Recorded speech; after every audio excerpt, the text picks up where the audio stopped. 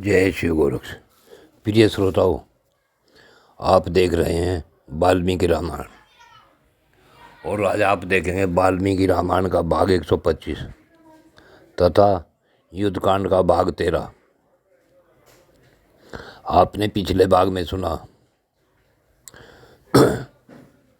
रावण के द्वारा भेजे गए कुंभकर्ण के दोनों पुत्र कुंभ और निकुंभ का वध हनुमान जी के द्वारा हो गया। तब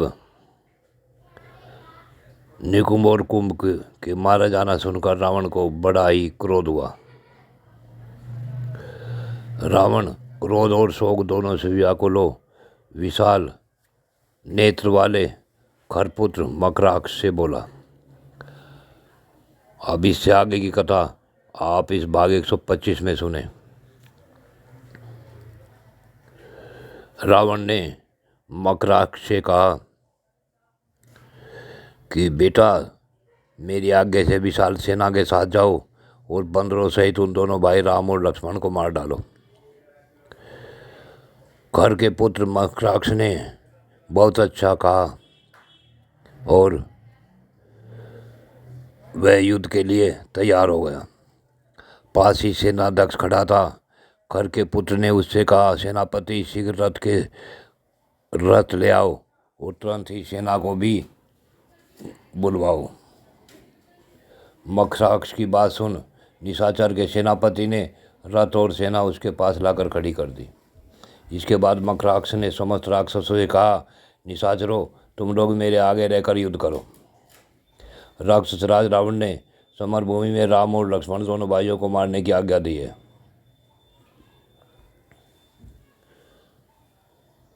उस समय मकराक्ष के सारथी के हाथ से चाबुक छूट नीचे गिर पड़ा और देववश उस राक्षस का ध्वज भी सहसा धराशायी हो गया।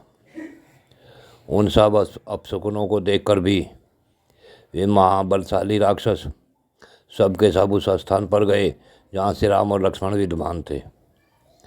प्रधान वानरों ने जब देखा कि मकराक्ष नगर से बाहर निकल आया है, तब वे सबके सब सहसा उछलकर युद्ध के लिए खड़े हो गए। फिर तो वानरों का निशाचरों के साथ बड़ा भारी युद्ध छिड़ गया, जो देव दानव संग्राम के समान रोंगटे खड़े कर देने वाला था। मकराक्ष ने अपने बाण समूह से वानरों को अत्यंत घायल कर दिया। उनके मन में बड़ी घबराहट हुई।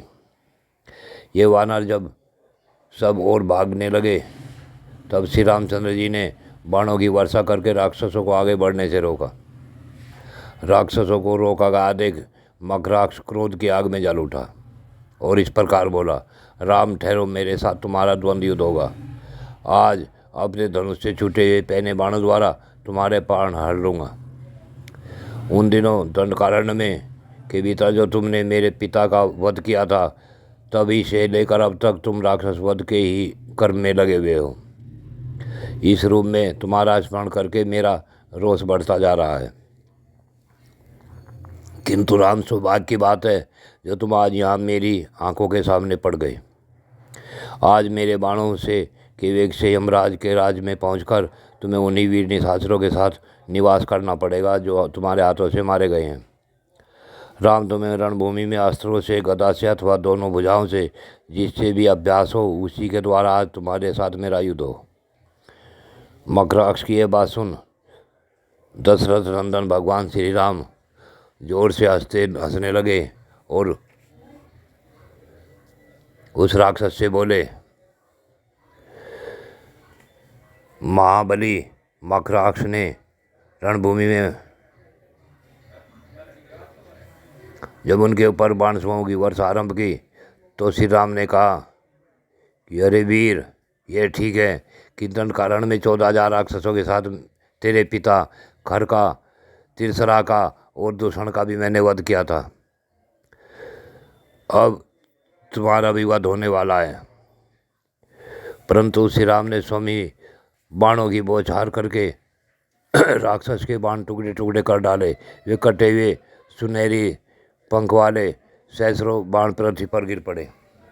भगवान श्री राम और राक्षस खर के पुत्र मकराक्ष इन दोनों में एक दूसरे के निकट आकर बलपूर्वक युद्ध होने लगा। दोनों के शरीर बाणों से बिंध गए, फिर भी उनका बल दुगना बढ़ता जाता था। वे दोनों संग्राम भूमि में एक दूसरे के अस्त्रों को काटते हुए लड़ रहे थे। महाबाहु श्री रामचंद्र जी ने क्रोध में भरकर उस राक्षस के धनुष को युद्ध भूमि में काट दिया और 8 नराचों द्वारा उसके सारथी को भी मार दिया। फिर अनेक बाणों से रथ को छिन-भिन करके श्री राम ने घोड़ों को भी मार गिराया। रथहीन हो जाने पर निशाचर भूमि पर खड़ा हो गया। पृथ्वी पर खड़े उस राक्षस ने शूल हाथ में लिया। वह परम दुर्लभ और महान शूल भगवान शंकर का दिया हुआ था, जो बहुत ही भयंकर था। उस महान शूल को घुमाकर महात्मा श्री रघुनाथ जी के ऊपर क्रोधपूर्वक उसने चलाया। मकराक्ष के हाथ से छूटे उस प्रज्वलित शूल को अपनी ओर आते देख श्री रामचंद्र जी ने 4 बाण मारकर आकाश में उसको काट डाला। उस शूल के टुकड़े टुकड़े वे देख निशाचर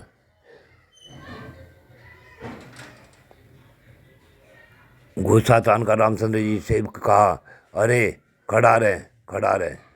उसे आक्रमण करते देख रामचंद्र जी ने हंसकर अपने धनुष पर आग्नेयास्त्र का संधान किया और उस अस्त्र के द्वारा उन्होंने रणभूमि में तत्काल उस राक्षस पर प्रहार किया। बाण के आघात से राक्षस का हृदय विदीर्ण हो गया, अतः वह गिरा और मर गया। मकराक्ष का धराशायी होना देख वे सब राक्षस श्री रामचंद्र जी के बाणों के भय से व्याकुल हो लंका में ही भाग गए। मकराक्ष को मारा गया सुन रावण दांत पीसकर रोष से भर गया। कुपित हुआ वह रावण उस समय वहाँ इस चिंता में पड़ गया कि अब क्या करना चाहिए। उसने अत्यंत क्रोध से भरकर अपने पुत्र इंद्रजीत को युद्ध के लिए जाने की आज्ञा दी। वह बोला, वीर, तुम महापराक्रमी राम और लक्ष्मण दोनों भाइयों को छिपकर या प्रत्यक्ष रूप से मार डालो, क्योंकि तुम बल में सर्वथा बड़े चढ़े हो। राक्षस राज रावण के ऐसा कहने पर मेघनाद ने पिता की आज्ञा से उदार्य की और यज्ञ भूमि में जाकर अग्नि की स्थापना करके उसमें विधिपूर्वक हवन किया। उसके अग्नि में हवन करते समय लाल वस्त्र धारण किए बहुत सी स्त्रियाँ धरास घबराई हुई उस स्थान पर आई जहाँ वह रावण पुत्र हवन कर रहा था। बहेड़े की लगड़ी समीदा थी, लाल वस्त्र और लोहे का सुरवा, ये सब वस्तुएं उपयोग में लाई गई थी। उसने तोमर सहित शस्त्र रूपी राक्षस सरपत अग्नि के चारों ओर बिछा दिए। उनके बाद काले रंग के जीवित बकरे का गला पकड़कर उसे अग्नि में होम दिया। इस प्रकार यज्ञ पूर्ण होने के बाद वह राक्षस ब्रह्मास्त्र से सुसज्जित हुआ दूसरों के लिए दुर्जय हो गया। मेघनाद नगर से निकलकर निवर्ती देवता संबंधी मंत्रों से अग्नि में आहुति दे अंतर्धान की शक्ति से संपन्न इस प्रकार बोला, जो व्यर्थी वन में आए हैं उन दोनों भाई राम और लक्ष्मण को आज रणभूमि में मारकर मैं अपने पिता रावण को उत्कृष्ट जय प्रदान करूंगा। आज राम और लक्ष्मण को मारकर पृथ्वी को वानरों से शून्य करके मैं पिता को परम संतोष दूंगा। ऐसा कहकर वह अदृश्य हो गया। युद्ध स्थल में आकर उस निशाचर ने वानरों के बीच में खड़े हो बाण समूह की वर्षा करते हुए वीर श्री राम और लक्ष्मण को वहाँ नागों के समान देखा। ये ही वे दोनों हैं, ऐसा सोचकर मेघनाद ने अपने धनुष पर प्रत्यंचा चढ़ाई और बाण धाराओं से संपूर्ण दिशाओं को भर दिया। उसके बाणों के वेग से व्याप्त हुए श्री राम और लक्ष्मण ने भी अपने अपने धनुष पर बाणों का संधान करके दिव्यास्त्र प्रकट किए। महाबाहु मेघनाद पत्थरों की अद्भुत वृष्टि के समान नाराज नामक बाणों की वर्षा करने लगा। सम्रांगण में कुपित हुए उस राक्षस ने वरदान में प्राप्त हुए सूर्य अतुल तेजस्वी बाणों द्वारा श्री रामचंद्र जी के संपूर्ण अंगों में घाव कर दिया।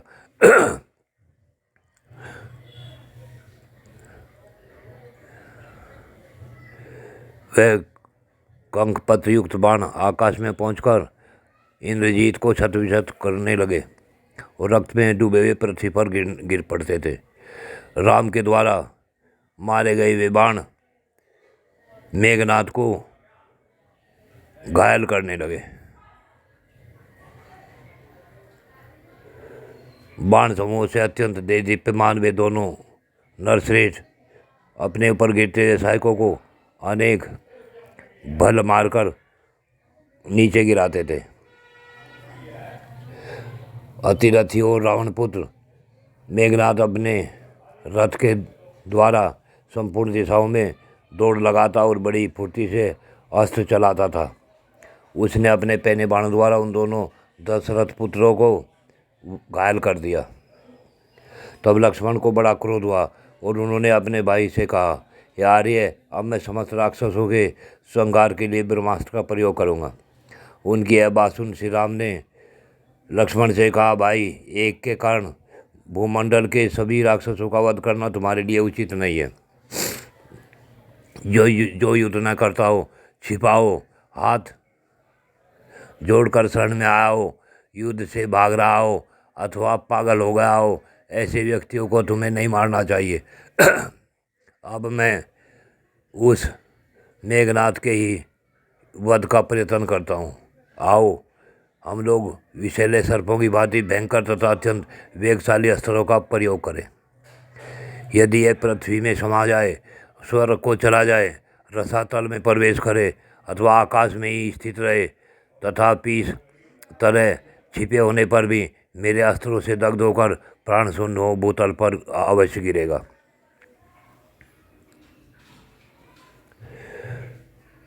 श्री राम के मनोभाव को समझकर मेघनाथ युद्ध से निवृत्त हो लंकापुरी में चला गया। वहां जाने पर बलवान राक्षसों के वध का स्मरण हो आने से रावण कुमार की आंखें क्रोध से लाल हो गई। वह पुनः युद्ध के लिए निकला।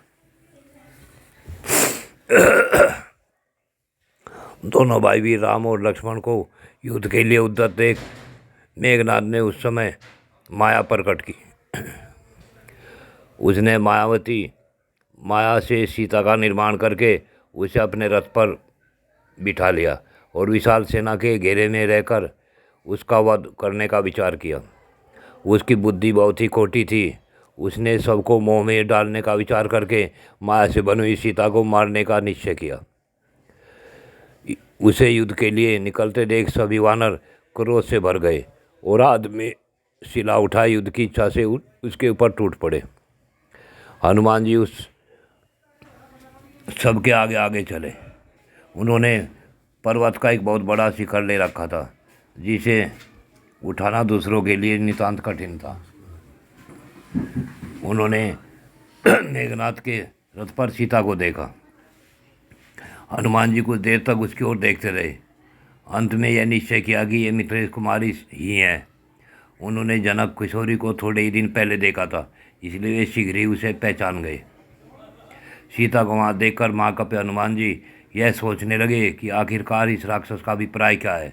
फिर वे मुख वानरों को साथ लेकर रावण पुत्र की ओर दौड़े। वानरों की उस सेना को अपनी ओर आती देख रावण कुमार ने क्रोध की सीमा न रही।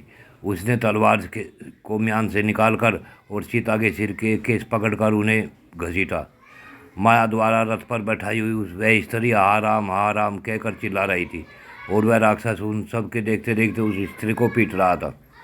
सीता का केस पकड़ा गया देख हनुमान जी को बड़ा दुख हुआ। वे पवन कुमार हनुमान अपने नेत्रों से दुख जनित आंसू बहाने लगे। श्री रामचंद्र जी की सर्वसुंदरी प्यारी पटरानी सीता को इस अवस्था में देख हनुमान जी कुपित हो उठे और उस राक्षस राजकुमार इंद्रजीत से कठोर वाणी में बोले,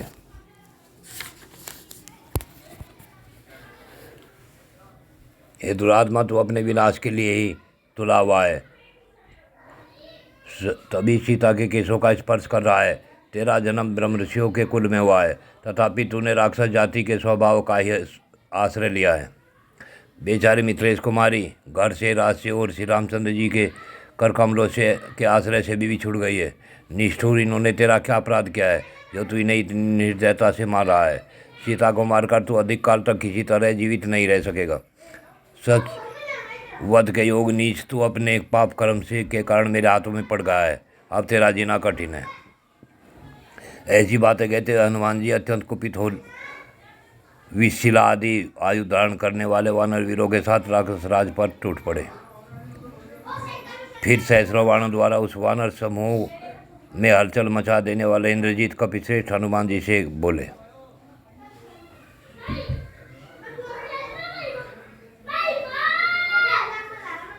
बंदर, तुम जो ये कह रहे हो कि स्त्रियों को मारना नहीं चाहिए, उसके उत्तर में मुझे ये कहना है कि जिस कार्य के करने से शत्रुओं को अधिक कष्ट पहुँचे वह कर्तव्य करना चाहिए। हनुमान जी से ऐसा कह इंद्रजीत ने स्वयं ही तेज धार वाली तलवार से उस रोती हुई माया रूपी सीता पर प्रहार किया। शरीर में यज्ञोपवीत धारण करने का जो स्थान है वही जगह से उस माया वाली सीता के दो टुकड़े हो गए और वह स्वयं कटि प्रदेश वाली प्रियदर्शनी तपस्विनी पृथ्वी पर गिर पड़ी। इस प्रकार स्वयं इंद्रजीत विशाल खड्ग से उस माया में सीता का वध करके रथ पर बैठा बैठा बड़े हर्ष के साथ जोर जोर से सिंहनाद करने लगा। इंद्र के वज्र के गड़गड़ाहट के समान उस भयंकर सिंहनाद को सुनकर वानर संपूर्ण दिशाओं की ओर भाग चले। उन सबको विषादग्रस्त, दीन और भयभीत होता देख पवन कुमार ने कहा, वानरों, तुम क्यों मुझ पर विषाद के युद्ध विषयक उत्साह छोड़कर भागे जा रहे हो? तुम्हारा यह शौर्य कहाँ चला गया? वायुपुत्र के ऐसा कहने पर वानरों का चित्त प्रसन्न हो गया और राक्षसों के प्रति अत्यंत कुपित हो उन्होंने हाथों से पर्वत, शिखर और वृक्ष उठा लिए। वानर सैनिकों से घिरे हुए उस महाकपि हनुमान जी ने प्रलयकाल के संहारकारी यमराज के समान राक्षसों का संहार आरंभ कर दिया। सीता के मन से उनके मन में बड़ा शौक हो रहा था और इंद्रजीत का अत्याचार देखकर उनका क्रोध बहुत बढ़ गया। इसलिए हनुमान जी ने इंद्रजीत के रथ पर एक बहुत बड़ी शिला फेंकी। उसे अपने ऊपर देख सारथी ने तत्काल ही अपने अधीन रहने वाले घोड़ों से जुते उस रथ को बहुत दूर हटा दिया। उसके बाद सैकड़ों विशाल काय वानर हाथों में वृक्ष एवं पर्वत शिखर उठाए गर्जना करते हुए इंद्रजीत की ओर दौड़े। उन महाभयंकर वानरों ने वृक्षों द्वारा घोर रूपधारी निशाचरों को बलपूर्वक मार गिराया। वे रणभूमि में गिरकर छटपटाने लगे। अपनी सेना को वानरों द्वारा पीड़ित हुई देख इंद्रजीत क्रोधपूर्वक अस्त्र शस्त्र लिए शत्रुओं के सामने गया। इस तरह शत्रु सेना का वेग रोककर हनुमान जी ने वानरों से कहा, बंधुओं, अब लौट चलो, अब हमें इस सेना से के संहार की करने की आवश्यकता ही नहीं रह गई। ऐसा कहकर वानर श्रेष्ठ हनुमान जी ने सब वानरों को युद्ध से मना कर दिया और धीरे धीरे सारी सेना के साथ निर्भय होकर लौट आए। हनुमान जी को रामचंद्र जी के पास आते देख दुरात्मा इंद्रजीत होम करने की इच्छा से निकुंभी देवी के मंदिर में गया। निकुंभिका मंदिर में जाकर उस निशाचर इंद्रजीत ने अग्नि में आहुति दी। इंद्रजीत यज्ञ के विधान का ज्ञाता था। उसने समस्त राक्षसों के अभुद्ध के लिए विधिपूर्वक हवन करना आरंभ किया। श्री राम ने भी राक्षसों और वानरों के उस महान युद्ध घोष को सुनकर जामवान से कहा, निश्चय हनुमान जी ने अत्यंत दुष्कर कर्म आरंभ किया है, क्योंकि उनके आयुधों का महाभयंकर शब्द स्पष्ट सुनाई पड़ता है। तुम अपनी सेना के साथ शीघ्र जाओ और जूझते हुए हनुमान जी की सहायता करो। तब बहुत अच्छा कहकर अपनी सेना से घिरे हुए जामवान लंका के पश्चिम द्वार पर जहाँ हनुमान जी विराजमान थे आए। वहाँ ऋषराज ने युद्ध करके लौटे हुए लंबी सांस खींचते हुए वानरों के साथ हनुमान जी को आते देखा। हनुमान जी ने भी मार्ग में नील मेघ के समान भयंकर ऋषभ सेना को युद्ध के लिए उधर देख उन्हें रोका और उनके साथ ही लौट आए। हनुमान जी उस सेना के साथ शीघ्र भगवान श्री राम के निकट आए और दुखी होकर बोले, प्रभु, हम लोग युद्ध करने में लगे थे, उसी समय समर भूमि में रावण पुत्र ने हमारे देखते देखते रोती हुई सीता को मार डाला है। उन्हें उस अवस्था में देख मेरा चित्त उद्भ्रांत हो उठा है। मैं विषाद में डूब गया हूँ, इसलिए मैं आपको यह समाचार बताने के लिए आया हूँ। हनुमान जी की यह बात सुन श्री राम जी उस समय शोक से मूर्छित हो गए, तत्काल पृथ्वी पर गिर पड़े। श्री रामचंद्र जी को भूमि पर पड़ा देख समस्त श्रेष्ठ वानर सब ओर से उछलकर वहाँ आ पहुँचे। भाई की यह अवस्था देखकर लक्ष्मण को भी बड़ा दुख हुआ। वे उन्हें दोनों भुजाओं में भरकर बैठ गए। तब श्री राम से परिजन भरी बात बोले, यह आर्या सुमार पर स्थिर रहने वाले और जितेंद्रिय है। धर्म आपको अनर्थों से बचा नहीं पाता है, इसलिए यह निरर्थक ही जान पड़ता है।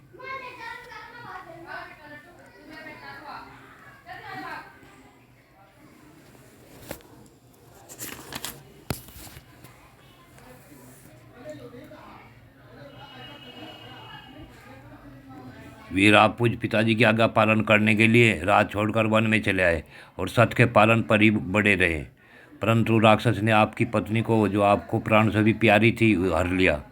वीर रघुनंदन, आज इंद्रजीत ने हम लोगों को मान दुख दिया है, उसे मैं अपने पराक्रम से दूर करूंगा। अतः चिंता छोड़कर उठिए। उत्तम व्रत का पालन करने वाले माँ बाप उठिए। आप परम बुद्धिमान और परमात्मा है, इस रूप में अपने आप को क्यों नहीं समझ रहे। अब जनक नंदिनी की मृत्यु का वृतांत जानकर मेरा रोष बढ़ गया है, अतः आज अपने बाणों द्वारा हाथी, घोड़े, रथ और राक्षस राज रावण सहित सारी लंका को धूल में मिला दूंगा। लक्ष्मण जब श्री राम को इस प्रकार आश्वासन दे रहे थे, उस समय विभीषण वानर सैनिकों को अपने अपने स्थान पर स्थापित करके यहाँ आए। वहाँ आकर उन्होंने देखा महात्मा लक्ष्मण रोग शोक में तथा वानरों के नेत्रों में आंसू भरे हैं। साथ ही महात्मा रघुवीर जी पर भी उनकी दृष्टि पड़ी, जो मूर्छित हो लक्ष्मण की गोद में लेटे हुए थे। रामचंद्र जी को शोक से संतप्त देख विभीषण का हृदय आंतरिक दुख से दीन हो गया। उन्होंने पूछा, वह यह क्या बात है। तब लक्ष्मण ने विभीषण के मुंह की ओर देखकर तथा सुग्रीव और दूसरे वानरों द्वारा दृष्टिपात करके आंसू बहाते हुए मंद स्वर में कहा। हनुमान जी के मुँह से सुनकर कि इंद्रजीत ने सीता को मार डाला, रघुनाथ जी तत्काल मूर्छित हो गए। इस प्रकार कहते हुए लक्ष्मण को विभीषण ने रोका और अचेत हुए रामचंद्र जी से यह निश्चित बात कही, महाराज, हे महाभाव दुरात्मा रावण का सीता के प्रति क्या भाव है, वह मैं अच्छी तरह जानता हूँ। वह उसका वध कदापि नहीं करने देगा। महाभाव राक्षस इंद्रजीत वानरों को मुँह में डालकर चला गया है। जिसका उसने वध किया था वह मायावी थी, ऐसा निश्चित समझिए। वह इस समय निकुंभली मंदिर में जाकर होम करेगा और जब होम करके लौटेगा उस समय उस रावण कुमार को संग्राम में परास्त करना इंद्र सहित संपूर्ण देवताओं के लिए भी कठिन हो जाएगा। निश्चय उसने हम लोगों को मुँह में डालने के लिए ये माया का प्रयोग किया है। अब